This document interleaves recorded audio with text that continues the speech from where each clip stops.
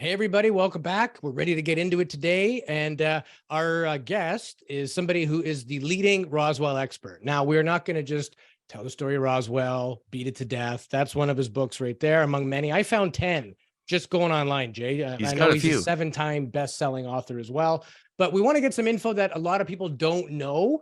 And we want to clarify some of the myths. There's a lot of things people say, oh, I heard Roswell was this. I heard this happen. What's real and what's not. And we want to do that in a concise, quick way without beating a dead horse, but give you guys some cool new info. And I think that's going to work out.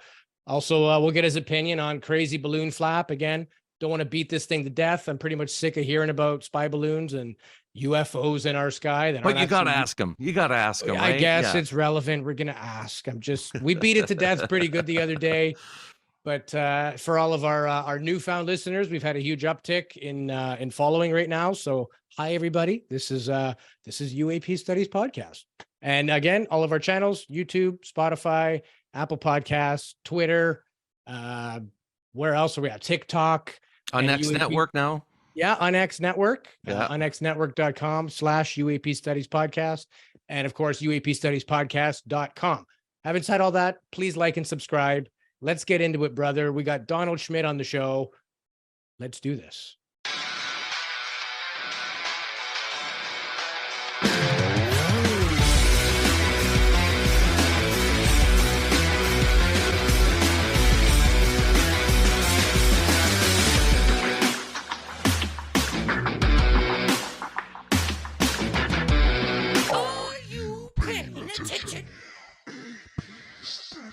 Welcome back to another episode of UAP Studies Podcast. My name is Louis Borges. Joining me as always, my good friend, Mr. Jason Gilmet. How you doing?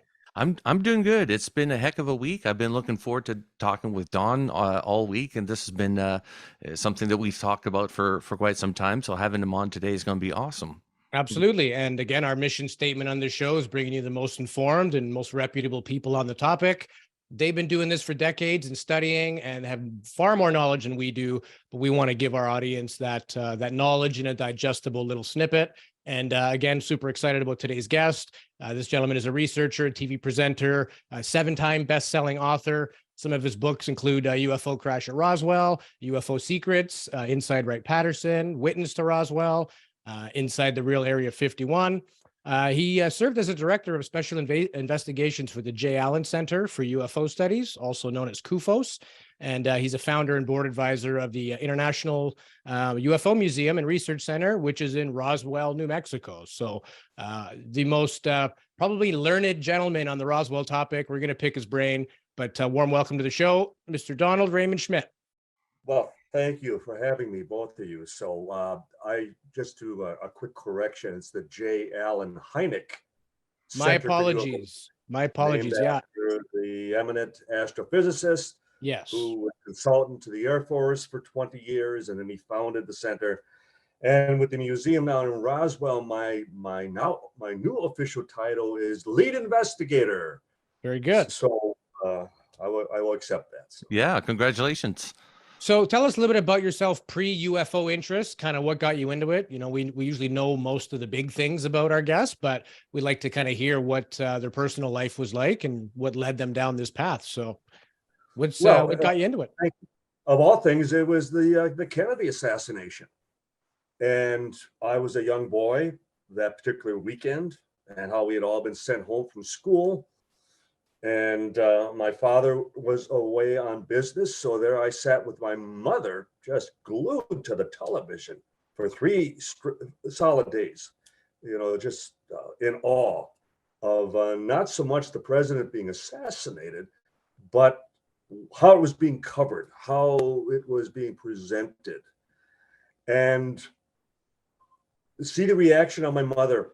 And then a few years later, and because I was already an avid reader, even at the age of 6, when I would make up my Christmas list for Santa, I would put down all these book titles. I wasn't interested in toys. I wanted books on history, on science, that type of thing. And I had wandered off into the book section of a department store, and there was a book that was using the exact same words in defining the then released Warren report on the Kennedy assassination. the official investigation, and the words whitewash and cover up. But it wasn't a book on the assassination. It was a book entitled Flying Saucers, Serious Business. And I paged through it, and it was one particular chapter entitled Who's Driving? And as I quickly perused, those accounts, those anecdotes, I had to have that book, because I thought, my God, if this is happening, we're talking the biggest story, one of the biggest stories of all time. And I couldn't get my next UFO book fast enough, and the next one, and the next one, and the next one. And before you know it, right through college, I was going into field investigative training with the Area Phenomena Research Organization. And then after college, after I was assigned a number of case investigations, and a number of my reports came across the very desk of J. Allen Hynek. And I happened to live 2 hours just north of Hynek, where he resided in Evanston. He was head of the astronomy department at Northwestern University at that time. And he invited me to come down. He wanted to meet. And the next thing I know, I was getting phone calls from the man himself. Don, I'd like you to look into this case. We have a report from this area that you'll look into it for us. And I would become one of his special investigators. And I worked with him in the field for the next 8 years before he passed away. And so I could not have had a better teacher, mentor, scientific, as far as a director, but also a friend. And I find myself so often thinking presently, now, what would Alan say, Dr. Hynek? What would Alan do? And what we were not aware of was the fact that he was also looking into Roswell before he died. We found all types of handwritten notes that he was interviewing witnesses. And this needs to be followed up on. This needs to be investigated. And albeit posthumously, the fact that once we, as skeptics, decided to actually make that first trip down to New Mexico, fully confident that we would wrap this up in a single weekend. And little did we know that there was J. Allen Hynek kind of whispering in my ear, see it through. There's much more to this than you think there is. And as we have demonstrated, here it is now over 30 years later. And for having interviewed over 600 witnesses, either directly or indirectly involved, I think we've clearly have shown that something truly extraordinary crashed back in 1947. And it's become the granddaddy of all UFO cases as a result. Right. And we've heard of other crash retrievals from the United States at different times throughout history. So, we know that there's some crafts to it. I'm not sure what, your thoughts are on Bob Lazar, but I'm a huge believer in his story. And when he said that the U.S. government had 9 crafts in their possession, that is huge. That is, it's one thing having 1 or 2 crafts, but having 9 and none of them look the same. When you hear about the Roswell crash, it's not that far out to think that maybe that's when we started retrieving these things seriously and looking at them as machines. But yeah, your book, I got it right here. The UFO first Crash one, at Roswell. right? Yes. Yeah. Then And became the movie, right? yeah. And the investigation into this, like, how was there a point that you were absolutely convinced throughout the investigation that there was something actually there worth investigating? Like, there must have been a trigger point where you discovered something new that led you down the rabbit hole. Do you remember what that was? There were 2 things. Interviewing the first 10 witnesses to the wreckage, whether it was military or civilian. Right. They described it identically. And they all described it in extraordinary terms, that it possessed perfect memory, that it was practically, unbreakable. They were describing what would turn out to be fiber optics, for example. They were describing I-beams, which strange symbology, hieroglyphic-like symbols that ran the length of each piece.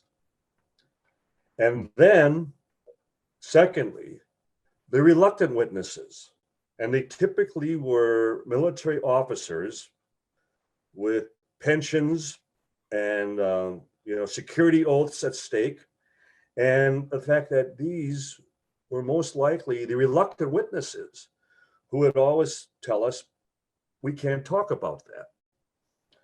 An example would be Lieutenant Colonel Edwin Easley, who was the provost marshal at Roswell in 1947.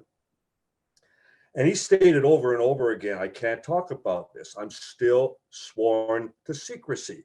Now, mind you, this is 43 years after the fact.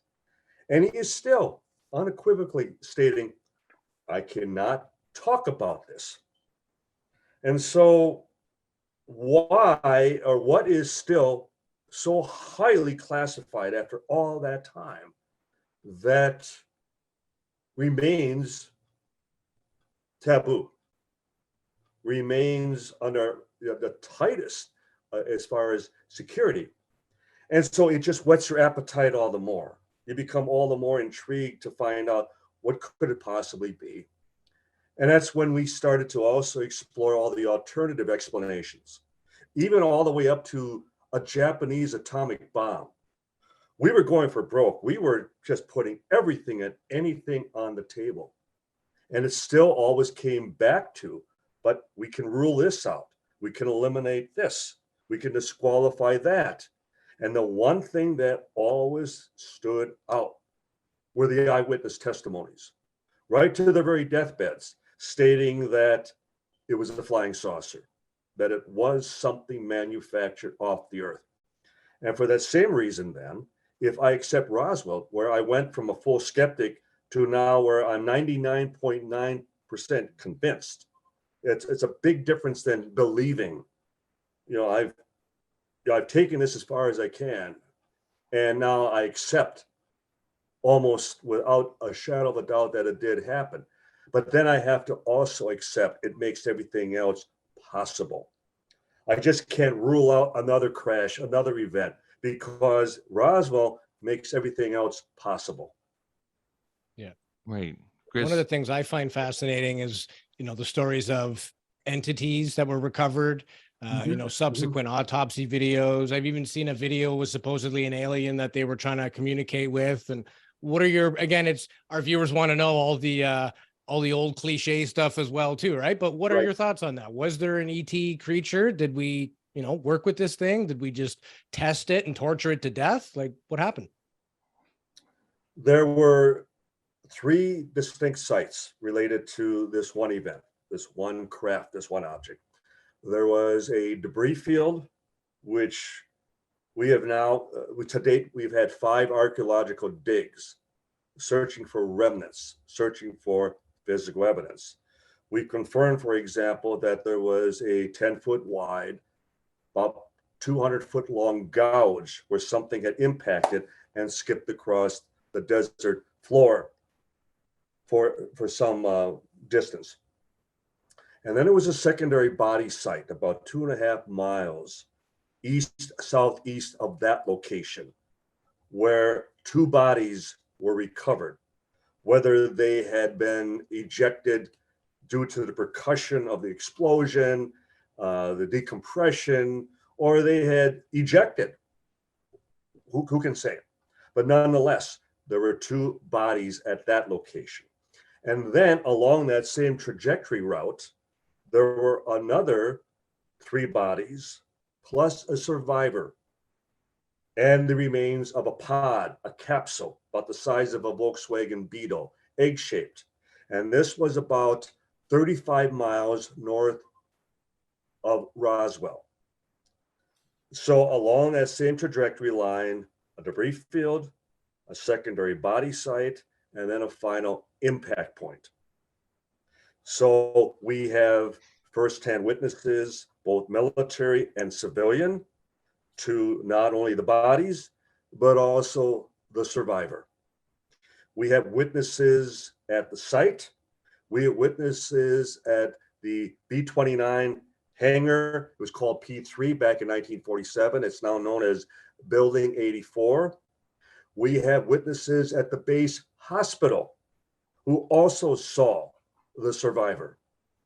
And then we have the testimony of a retired colonel. He was a triple ace in World War II, Marion Magruder, who independently told his 5 sons how he was part of the War College class of 47-48. And they were put on assignment at Wright-Patterson Air Force Base.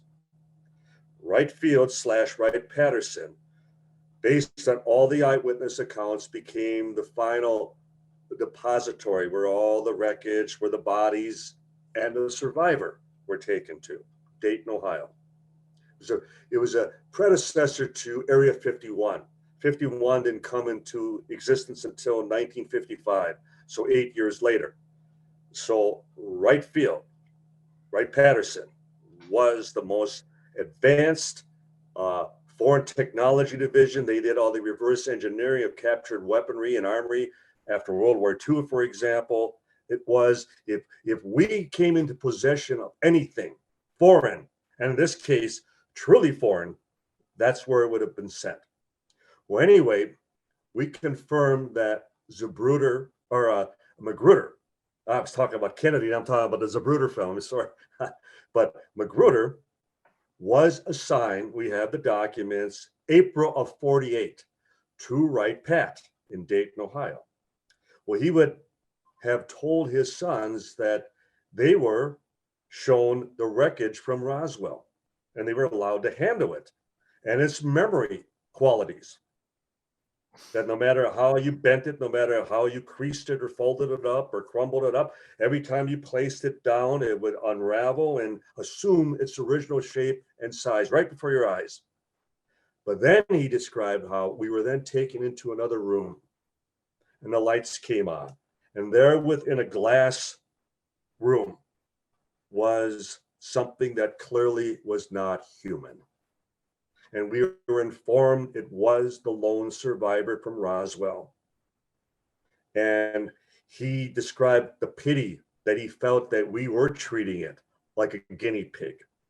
Yeah. And that later he would hear that it died due to just all of the testing, that obviously we took it, it was a captive. We took it into our possession and we're treating it like a lab animal. And I guess that's human nature and something that I would think even to this day, that's precisely what we would do. But the point being that for having the high caliber, the high level of witnesses that we have, received testimonies from, I have no doubt that there was a survivor. There was a lone survivor recovered at Roswell. Yeah. And I'm excited from that. I was hoping that was the answer because it's very cool. It's plausible. And, to throw out that possibility means you got to throw out all these people's testimony that I, heard of and read as well. So thank you for that. Well, and you both understand. I mean, I can go on because the details, the number of witnesses that I have to encapsulate, it's almost like creating a composite of just multiple characters, and you have to contrive it all into one individual.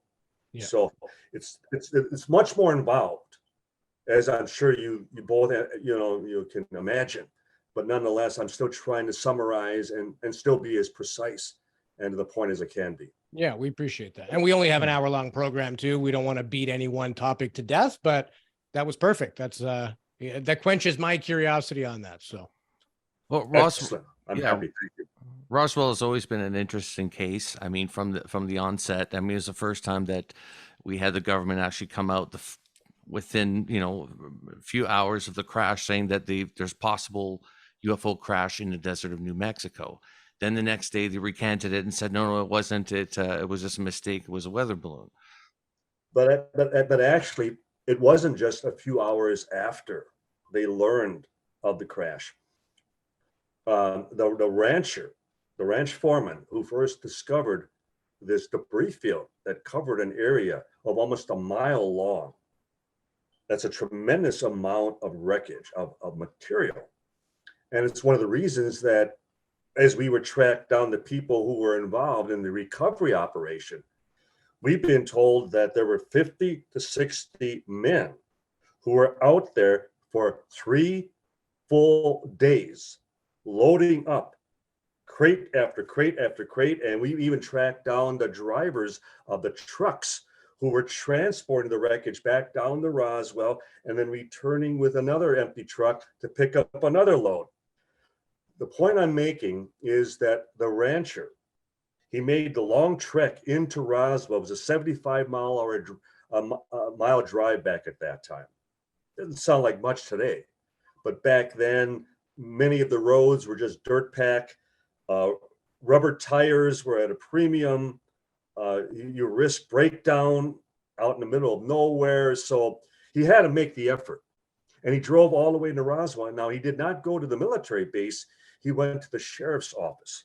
By the time the military became involved, and it was important enough that they alerted the very base commander, Colonel William Blanchard, about the incident. So in other words, it keeps going up in importance, hour after hour after hour. And Blanchard, after he has dispatched not a couple of enlisted men to follow the rancher back and check it out, no, he sends out the 2 head of intelligence, Major Jesse Marcel and Captain Sheridan Cabot, the head of counterintelligence, in the event it's something foreign. Also demonstrating that they can't recognize this wreckage. Nothing's been reported missing. They haven't been put on alert as to any downed aircraft or any tests that have gone off course. It's a 4th of July weekend down here in America. Most of the men are home on leave with their families.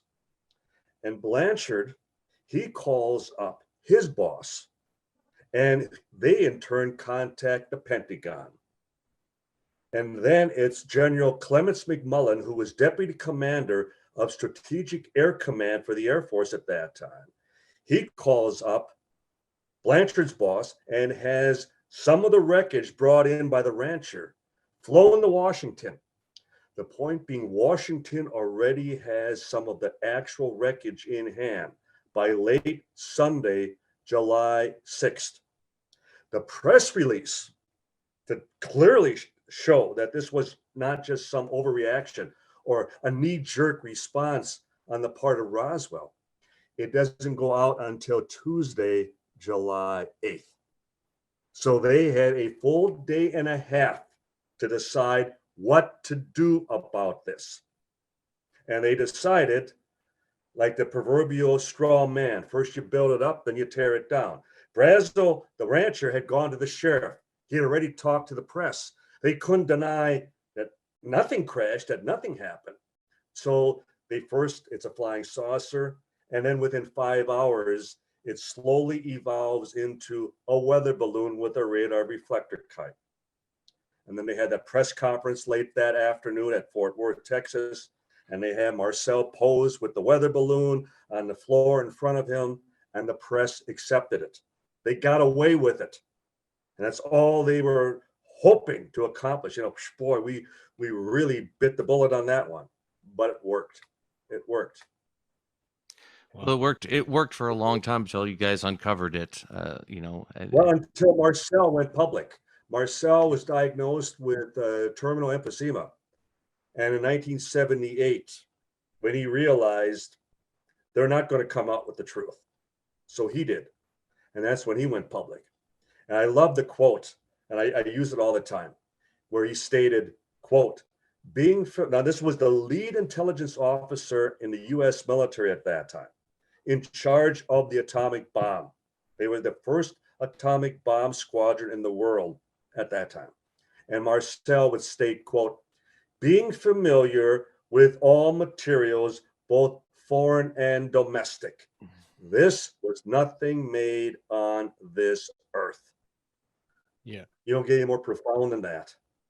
Yeah. Nothing and made the on impact it's had on the family. We're going to have Jesse Marcel III, who is the grandson, on our show. Yes. And good friend. This story never wavered, right? It was so important. It went from grandfather to father. There was diaries. They safeguarded this.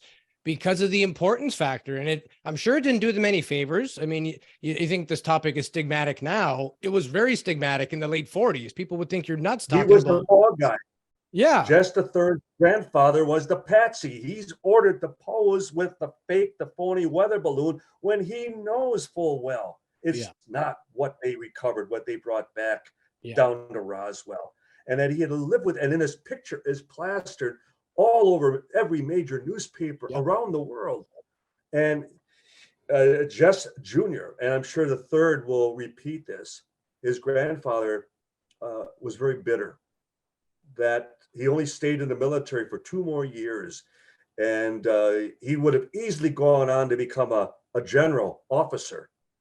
And yet, you're right. They were laughing behind his back. They were, he came back to Roswell and nobody was even talking to him because they were ordered not to. They weren't supposed to say anything that would potentially, raise his curiosity, what had happened while he was gone for those 2 days. Yeah. Yeah, and it's been such a, throughout history, everybody's had an experience with an encounter of a craft or military personnel that have had encounters on bases.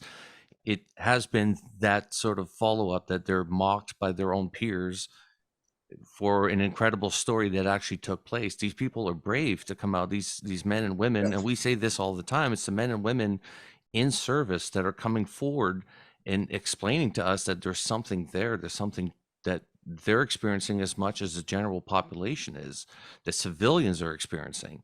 And, there's a common thread there. And like I said, my hat's off for anybody back in the day that had enough balls to come out and just say it like it was. Like now it's a little bit easier to do so. Yeah. The taboo has been lifted to a great degree with the congressional hearings here in Washington, but that I can state that we can even document the ridicule factor right back to Roswell. That's where it originated. The very general, his very office that they had the balloon press conference. He was on an El Paso radio station just a few days after. And he was asked by the host of the program, well, General, that explains Roswell, but isn't it true that there have been flying saucer, flying disc sightings in every state throughout America? To which the general very coyly responded, yes, that is true, except for Kansas, which is a dry state. They don't allow drinking. Yeah. Right. So for the first time suggesting that only those who over imbibe, those who drink, see such things, that's where it began. And Yeah, it only in ancient grew. times, even like the Egyptians and stuff, they would report fiery discs in the sky, and there's many anomalous things reported by very basic language. But I mean, you think about it, it's like they were describing some high tech, even though they were using basic language, but there was no ridicule because nobody had said that you're crazy if you think that. There was no truth embargo, as Stephen Bassett likes to call it, not a cover up, but a truth embargo, Cover-ups are illegal, and embargo is if you're already in power, you have every right to just withhold because you could say it's for national security. National security, right. Yeah. And the idea that was one of their techniques, that was one of the manners by which they designed that not only would they explain away Roswell, they then put on balloon demonstrations, which we've also documented all over America, where they invited the press to come in and film as they were showing that now it may not look like a balloon or a flying saucer here on the ground, but once it's airborne and due to the atmospheric pressure, and the balloon can become elliptoid and it can reflect the sun. And just like that, my God, it doesn't have wings, it doesn't have a tail. It's one of those flying discs. But then nobody asked the legitimate question, well, but Roswell was on the ground in front of them. It was something they could handle. It was nothing more than neoprene rubber and reflective foil and sticks and tape and string, as you are telling us. But that's not what the witnesses are stating. they're stating that it was something extraordinary. 100 at 10,000 feet up, yes, maybe, but not on the ground when even a 5-year-old child would have been able to easily identify a weather balloon for what it was. Right. Yeah, And it wouldn't take 60 men 2 days or 3 days to, Few build, days. to or to build a stare at a light in truck the of, sky. yeah, Yeah. yeah, that's, justify that on paper. Yeah. Yeah. Makes No, no sense. no, and putting that all together and just the pieces of that puzzle, and seeing the lack of contradiction, and seeing that there's a wonderful, he's a good friend and writer, and John Custer Mellon, and he did a wonderful book on the atomic bomb. And when he was tracking down and talking to the crew, the pilots and crew of the Enola Gay and Boxcar, the two B-29s that dropped the atomic bomb over Hiroshima and Nagasaki. And he said to me, Don, be prepared, because I can't tell you how often I've had servicemen, I've had retired officers tell me I was on one of those flights and they weren't. And I would say, but it doesn't disqualify the flight. It doesn't disqualify the act of what took place. That's, again, human nature. People like to be part of something. It may have been a flight mechanic, and it's grown to the point that maybe he was in the bomb bay at some point, but nonetheless, I was on that plane, that type of thing. It's like the But fish to story. our It's bigger every time you tell it, right? You It's start off bigger every sweeping the time I tell floor. the Next story. thing, you're flying the plane. Exactly. Yeah. But that's been one of the amazing things with Roswell, which again demonstrates the extraordinary characteristic involved. Whether it's civilian, you're talking about people who are untrained, who maybe they wouldn't recognize the fuselage of a particular plane. They wouldn't recognize the vacuum tubes and the wiring and the sheet metal and the pop rivets and that type of thing necessarily. But then to the highest level of the military, and I did a paper, and I had a psychologist who approached me on one occasion. He said, Don, I was a total skeptic, but your paper convinced me, because you demonstrated that whether it was an unwashed, innocent child or a 4-star general, they all reacted the same way. They all behaved in the same mannerism in dealing with this, that it was something profound. It was something they would never forget. It was, again, something extraordinary. And that's where people who would claim to be part of a bombing rate, a mission, that type of thing.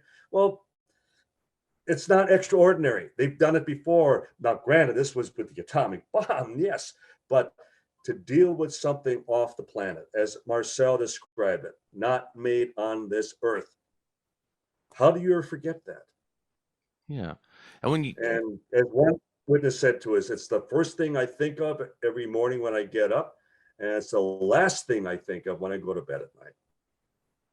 yeah, it changes people. You can see it in somebody's face when even people we've talked to. I mean, it's just over Zoom, but you can see it in the person's face when they're absolutely convicted that, that this really did happen to them, that they've really witnessed Right. these things.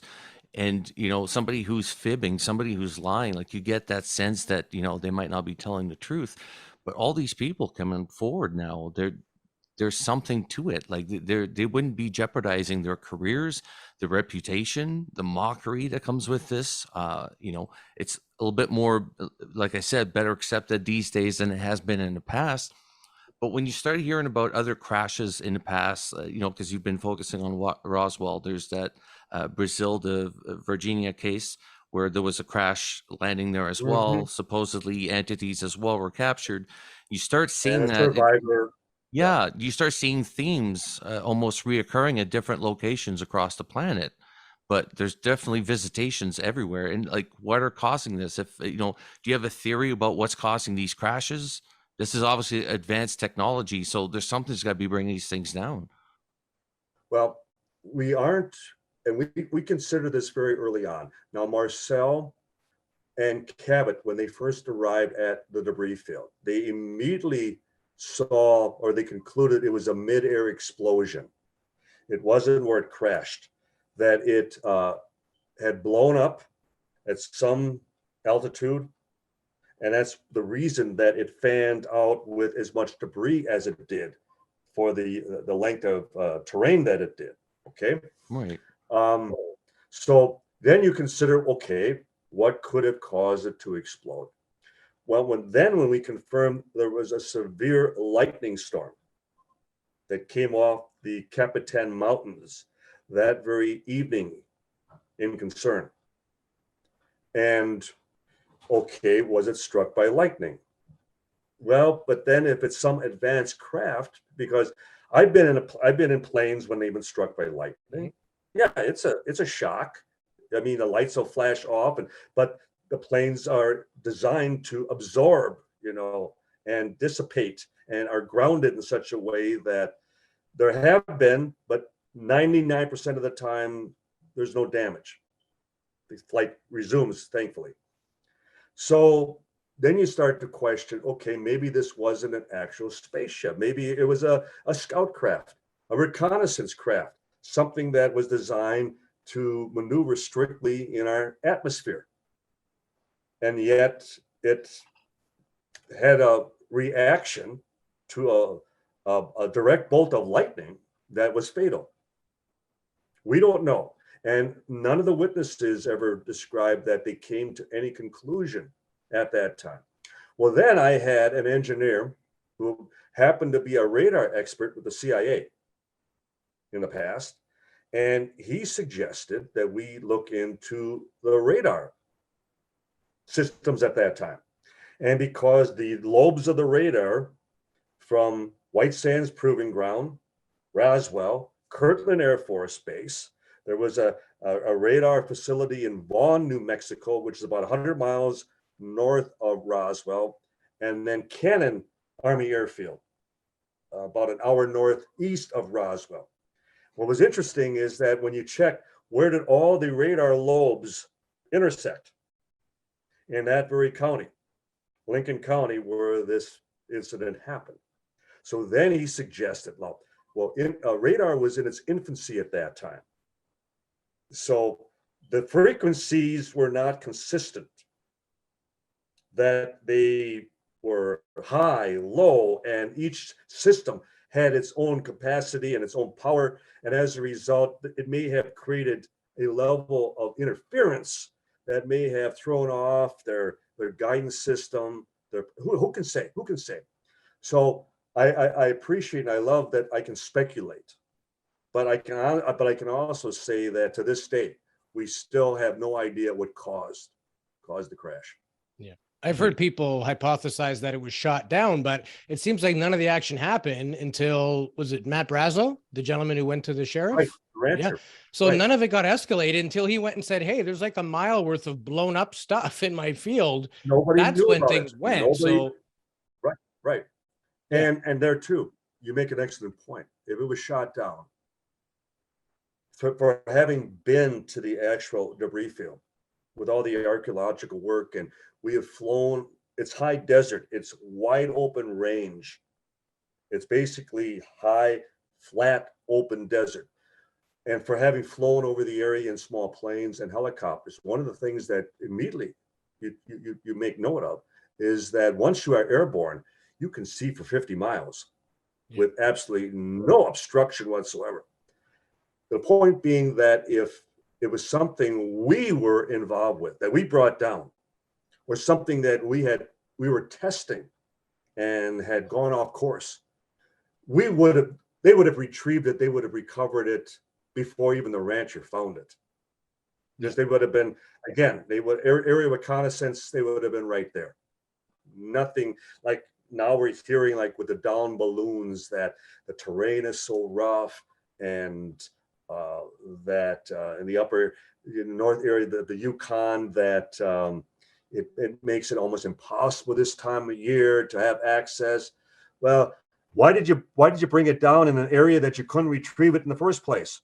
Yeah. When you had ample opportunity to bring it down somewhere else. So we're jumping ahead here, but it's like, sorry, you're lying.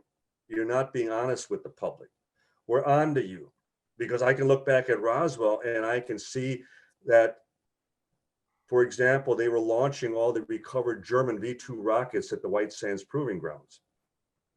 And they had a destruct mechanism installed in the nose cone because they had a Hermes rocket that went off course, and it went across the border and it landed in Juarez, Mexico.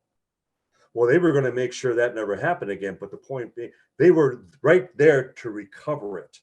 Right. Because they would have had hell to pay people being injured and crossing as far as, you know, as far as the border, one country into another, that type of thing. So if they could do it back in 1947, we certainly can do it in 2023. Yeah. Right. So this excuse that, well, it's inaccessible, we couldn't get to it. No. I will add one thing to that, though. We all take for granted the fact that we know what Antarctica looks like underneath the ice. Mhm. So that means we have Yes. imaging from satellites or whatever that can literally see Correct. through miles of ice. So I don't care how Yes. much snow they're saying fell. It is not like Antarctica level Yeah. snow. If they Yeah. can see the islands of Antarctica, they can find a balloon with certain filters. Let's just stop I it. I wholeheartedly agree. And then one of the press conferences, the Pentagon, they actually, it was the press secretary was Kirby. They actually made the comment that it was heading towards the North Pole, which immediately brought in visions of Santa Claus. Right.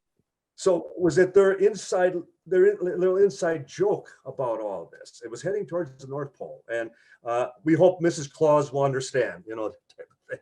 Yeah. Yeah. Even we brought this up a few podcasts, but I keep mentioning this because this is important. In the briefing that, new UAP report that came out to Congress, it says specifically that there's been no mid-air collision between UAPs or UFOs and aircraft. As of late, there seems to be, a fear of these UAPs or whatever they are with aircraft, that we're shooting them down in the middle of nowhere, Alaska and Yukon, where I don't think there's many planes flying in that area. No. So there's not that much risk. But supposedly now they pose such a high risk that we're going after these things in the middle of nowhere. And I find that funny because, before in the report said, no, there's nothing to fear. There's been no collision between plane and these crafts, whatever they are, or air garbage, as we're recently being told, right? So that's a new thing, air garbage. Yeah, our garbage is so good it floats. Or even we're mentioning, there was an article that mentioned that these, and Louis helped me out here, the guys, the inflatable guys for car dealerships. The wacky waving, inflatable, arm flailing tube man or something like that. The used car. Great. Yeah. So they're trying to say that this is what people are seeing as UFOs. And it's ridiculous. Like they're playing people off as idiots, and most likely yeah. And the fighter pilots too, right? The fighter pilots are the most trained professionals in the world, and they're making them sound like they're again fooled by seagulls or space garbage. It's ridiculous.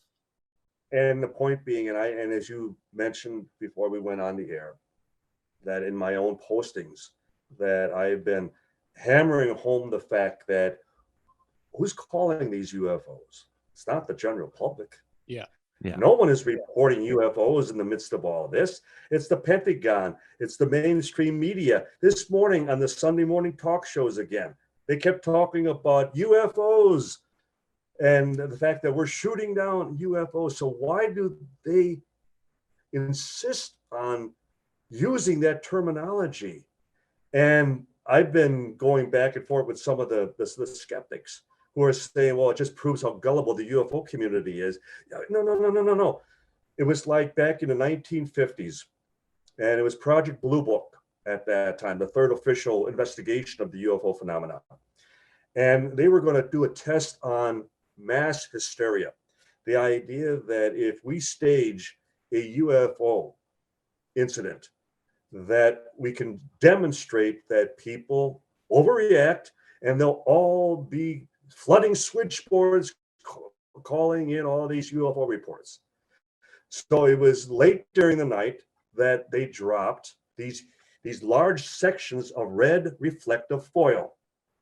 And sure enough, the next morning, The phone calls were coming in throughout that entire region of Florida, but not a one was about a UFO. Every one of them was about a sheet of red foil.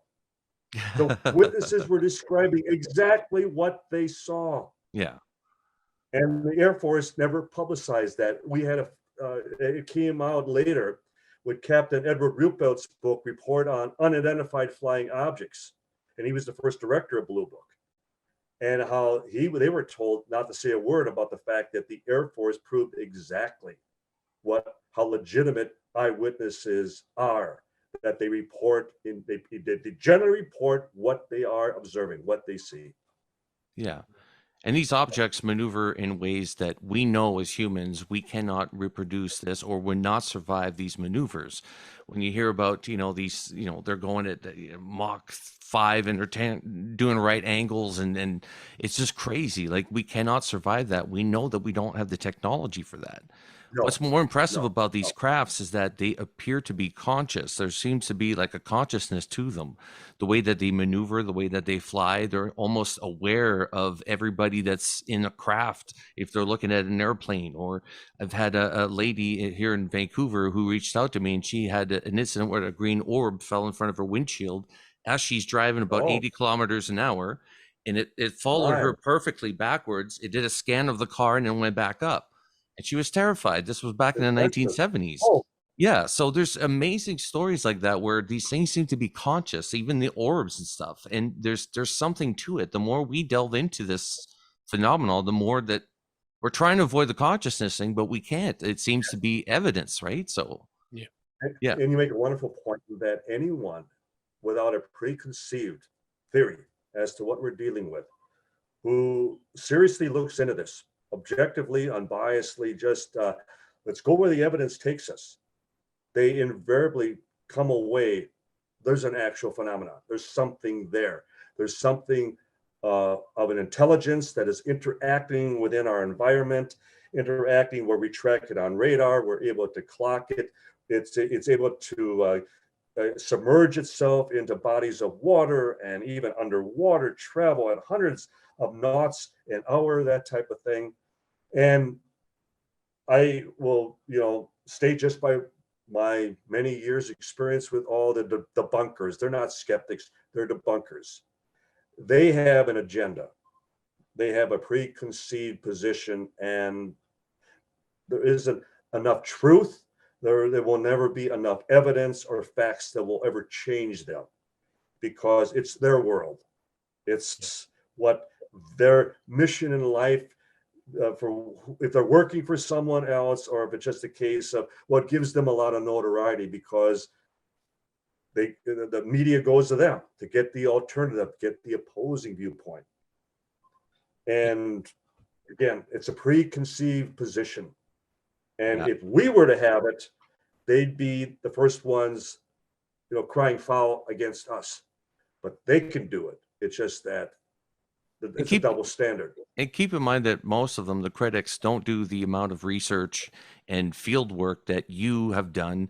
Even we're talking about Stanton Friedman, and he used to foam at the mouth at his critics because they weren't out in the field. They would just grab his book, read it, exactly, and then just try to destroy him and his theories. It's like he's actually doing field work. So when you're going on camera and they have you, and then they have another person that's just a critic that hasn't done any of the work or research that you've done, like that's got to be insulting. I mean, it's not equal opinions by any means, and I think that the media needs to stop doing that. Well, and it was one of the things that Dr. Hynek also drilled into us, that when it's your research, no one else can take it away from you. They may be able to parallel or counter it, but they better damn well have done it also in the field. Because if they've done it merely at their keyboard, it's not research. Yeah. They're going to cherry pick, and they're going to come up with a hypothesis and then set out to prove it. It doesn't work that way. Yeah. And yet too much of science is preconceived, and then too much of science, they receive their grants and their special funding, and they work for a corporation, they work for the government, and they set out to prove something, whether they actually believe it or not. With us, we were skeptics, and we set out to disprove something, and we were wrong. We were wrong. The evidence took us in the direction that it provided us with the only possible explanation. And as Marcel again said, it was something not made on this earth. Right. Yeah. And when you hear cases about Zamora in was it 63 or something like that? When 64, Lonnie Zamora, April 64, the police officer, right? right. Excellent case. Yeah, that was fairly close to Roswell, wasn't it? Like it was within. It was about 250 miles to the northwest. I've been there many times to the actual landing site, and I had spoke to Lonnie before he died. I had met with his wife, Mary, before she died. I know their daughter very well. And I met with some of the surviving police officers who were involved. I even had one of them sketch the size of, they never talk about the footprints, because as more people arrived on the scene, they obliterated some of the evidence. And some of the original evidence was there were actual footprints of the size of a shoe of a 10-year-old that were still present. And to have them sketch exactly the shape of those footprints. Now, again, there were bodies. There were two beings that were standing there. Yeah. And there were a lot of pictures taken. There was film that was shot at the time. And Hynek was there as well, representing Project Blue Book. And it's the one case that truly turned him from a complete debunker to where, my God, as much as I tried, I could not prove the case was a hoax. Right. That And it was the craft was egg-shelled or egg-shaped as well, right? right? Yeah. Yeah, that seems to be another occurrent theme that we find. Like even we talked to Jacques Vallée, and he's studied a case in 1943. I was just at a meeting with Jacques this afternoon. So yeah, and he had And like John the Burroughs, avocado too. shape, right? Yeah, Yeah. exactly. Egg-shaped. Kecksburg, Pennsylvania, egg shape. Yeah, so there seems to be a theme there. Yeah. Well, Kecksburg was what they say, but acorn Yeah. shape. Yeah. But still cylindrical. So Right. Yeah. Now, I know we got just a few minutes left here. I did want to address the stuff that's in the news as of late, because we have to address it. I find that there's a lot of similarities between what the government just did to the 1947 case, coming out saying they shot some UFOs and then going, we don't know what they are, but they're most likely balloons. Good one. Picture of a balloon. Here it is, everybody. Yeah. It's Jesse Marcel all over again. Yeah, it's always balloons. Which to me, yeah. Always balloons. And to me, it was a total flashback. The idea that, well, the 509th bomb wing, the first atomic bomb sprouted in the world, we are still led to believe that back in 1947, they couldn't tell the difference between a balloon and something beyond the pale, something extraordinary. Well, and we have the same thing today, that they still don't know what it is. They still, even the pilots, they weren't able to make a positive identification before they launched their Sidewinder missiles. And like the one over Lake Huron, that it took 2 missiles to bring down one little balloon, that type of thing. Yeah. And $1 million worth. You add into the equation that there have been Russian spy balloons over Ukraine, and there were 5 of them shot down this past week. And I thought to myself, they're launching expensive air-to-ground missiles, ICBMs, at these inexpensive little balloons. They're drawing their fire. It's like killing an ant with a bullet. And it's like, don't we get it? I mean, are we still just that naive, that ignorant? And I think in many cases, they're still playing off of what they thought they've accomplished after the last 75 years, that we have fooled them all this time, and they're going to fall for it again. And much credit to, programs like your own and the others that just keep reminding people. It's been a 75-year cover-up. What makes us believe that they're going to roll over and tell us everything tomorrow? No. When has the government ever been forthcoming? Like a few days ago, we're all waiting with bated breath. What's the government going to say next? Give your head a shake. What are you doing? This, if it doesn't benefit them, they wouldn't be telling us, because we know they can just make it go away. That's the default reaction. Clean it up, silence all the witnesses, don't say a word, or you're going to jail forever. And now how convenient. We've called off the recovery operation. So again, how convenient.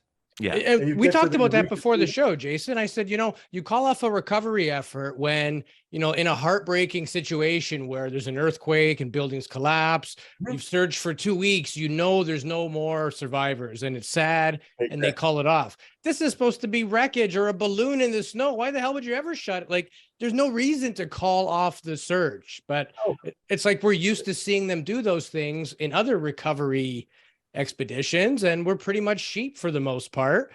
But like, think about that. When would there ever be a time you'd have to call it off, or wait till the summer, this so-called snow you're really worried about? I mean, it's not 10 feet of snow all year round. We do live in Canada, not obviously the Arctic. Most Canadians live pretty close to the northern US border, but for the vast majority, it is uninhabitable. But people live in Alaska. It's not 10 feet of snow every day, and we have the tech. So they would just say, we can't find it yet, but spring's around the corner. It just seems like a narrative somebody's pushing. And the advantage they also have is that they have the willing accomplices in the media who also know nothing about this subject, and they get their marching orders, and they just continue the drumbeat of what something is juxtaposed to what it truly is.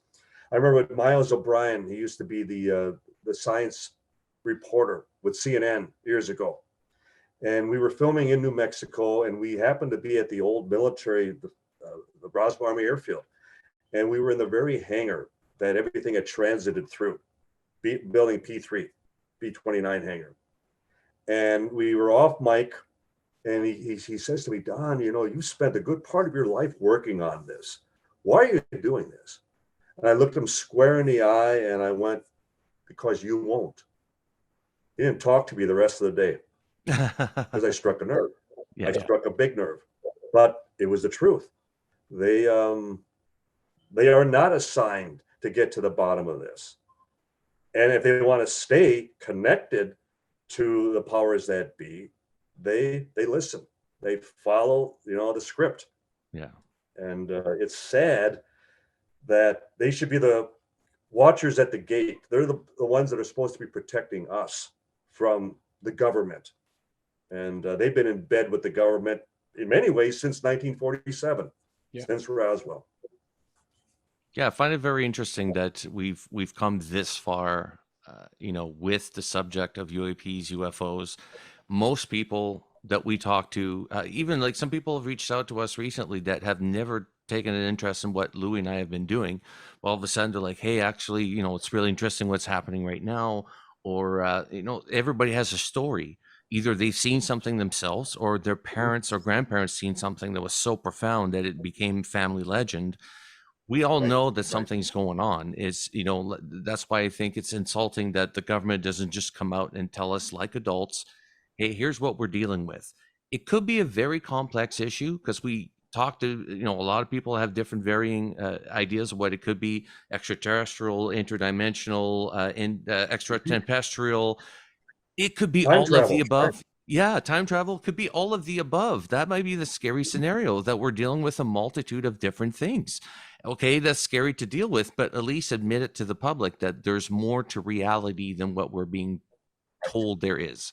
And that's really the service that we're doing to our own population, is not telling the reality of the universe, that we are not alone, that there is some sort of visitation or monitoring of some sort. We're old enough and mature enough to handle it. But I think maybe some people don't, like some people that are, fundamentally stuck in their cage. Yeah.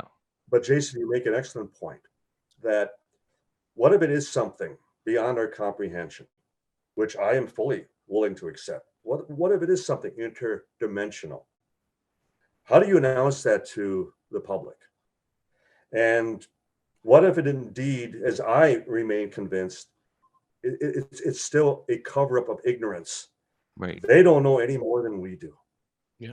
and to plead ignorance for something that is able to fly through our airspace with total impunity, and they're able to pick up people right from their very homes. They're able to, have near head-on collisions with both military and commercial aircraft.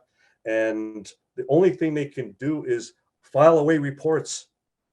And as a result, the moment we start losing faith and the sense of well-being with not our government, but with our military, who protect us within our borders. And if we start doubting, that level of sovereignty and just security, and maybe they feel they can't afford to bring us in on that, the lack of control on their part. And I guess for that, I could excuse them, but we need to hear that from them. Right. That there is, and I think we have in the last couple of years where they have acknowledged that there is a phenomena, that there is something there. Yeah. So we have made progress, and Steve Bassett, I know he's champing at the bit, but he's earned that too. Yeah, we chat with him in a couple of weeks again. We're always excited to get Steve's perspective. You just wind him up He's and away he goes. Dear friend, Yeah. and you talk about somebody who has not profited from this at all. Yeah. I mean, he's lived on a shoestring just for decades now, and all he wants is, as we all do, the truth, whatever it happens to be. Because back in '47, it was unprecedented, but we've all grown up with the space race and with Star Trek and Star Wars and everything else. If we haven't matured enough to handle it, then we never will. Yeah. We're ready. Well said, Don. Louis, do you have any final questions for our guest Yeah, today? Don, where can people find what you're working on right now? If they want to follow you, buy your books, where can they learn more about Mr. Schmidt? Well, the books are predominantly all Roswell, but they're all available at Barnes and Noble and at Amazon and fine bookstores and outlets around the world. Many of the books have been published in other languages as well. And we have our museum in Roswell. We have our website there, International UFO Museum. And I predominantly am on Facebook because I love the exchange as far as with people, and it's timely, it's instantaneous, it's where something I can be on top of things on a moment-to-moment basis. So yeah, that's how we communicated. It was really good to be able to reach out to you there. That was a good form of communication for sure. Don, we appreciate your time on the podcast. We hope that you'll come back and be a guest again. It's been, like I said, an absolute pleasure to talk with you. We're big fans, and we thank you for all the years of dedication and service that you've done for UFO research. There's not much money to be made in this, unfortunately. So people that write books and stuff like that, it's really for the love, right? Yeah. Exactly, research. And you two are both sharp gentlemen. I appreciate that. And you ask good questions, and you come across very well. So I applaud both of you and wish you all the continuing success with your program as well. Thank you for having me. Thank you. And you're welcome here anytime. In fact, let's do this again soon because you got it. An hour flies by and we can just barely graze the surface of this, but it's good chewing the fat on UFO Sunday with you, buddy.